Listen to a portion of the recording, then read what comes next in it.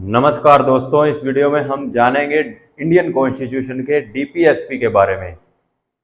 यानी कि full form इसकी है directive principles of state policy के बारे में बिल्कुल बेसिक बातें जानेंगे।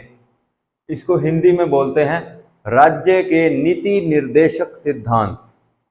ये ऐसे सिद्धांत हैं जो सरकार को, स्टेट को दिशा निर्देश देते हैं और उसको उसके कर्तव्यों के बारे में बताते हैं। उसकी ड्यूटी क्या है, स्टेट की ड्यूटी क्या है, सरकार की ड्यूटी क्या है, सरकार की ड्यूटी के बारे में बताते हैं।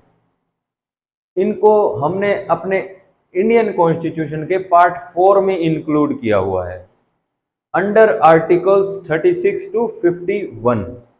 यानी कि 36 से लेकर 51 तक के जितने भी आर्टिकल्स हैं वो directive principles of state policy से ही रिलेटेड हैं।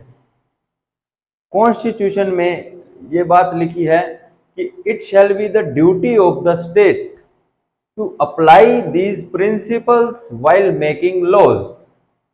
मतलब ये सरकार की जिम्मेदारी है, ये सरकार का कर्तव्य है कि वो कोई भी कानून बनाते समय, लॉ बनाते समय, व्हाइल मेकिंग लॉज, कानून बनाते समय इन प्रिंसिपल्स को ध्यान में रखकर ही लॉ बनाए।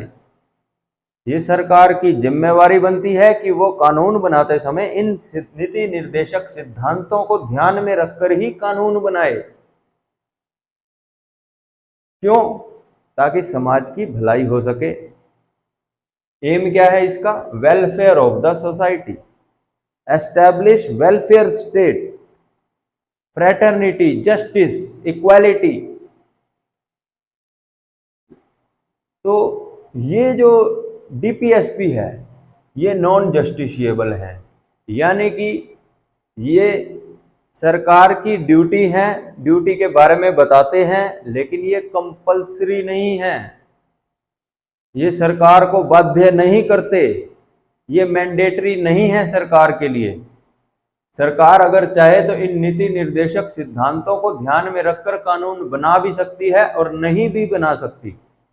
इसके वोलेट हो जाने पर भारत का कोई भी नागरिक कोर्ट में जाकर न्याय नहीं प्राप्त कर सकता, क्योंकि ये मैंडेटरी ही नहीं है, नॉन जस्टिशिएबल है। और अगर बात करें फंडामेंटल राइट्स की, तो फंडामेंटल राइट्स जस्टिशिएबल होते हैं और ये नॉन जस्टिशिएबल हैं।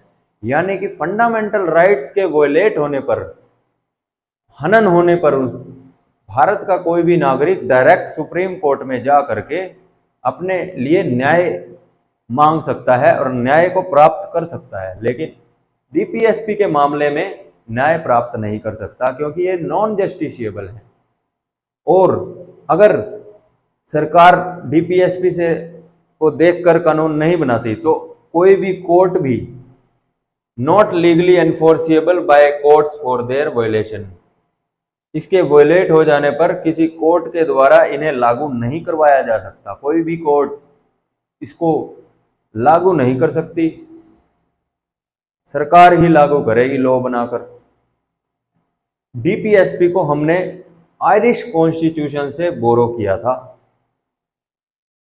अपने इंडियन कॉन्स्टिट्यूशन में हमने आयरिश कॉन्स्टिट्यूशन से इन्हें इंक्लूड किया हुआ है।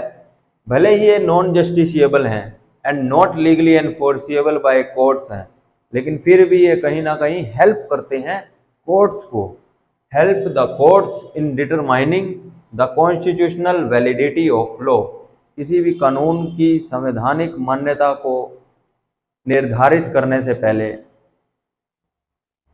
कोर्ट्स इन नीति निर्देशक सिद्धांतों को ध्यान में रखकर कॉन्स्टिट्यूशनल वैलिडिटी तय करती है। तो ये उस चीज़ में हेल्प करते हैं ये डीपीएसपी। धन्यवाद।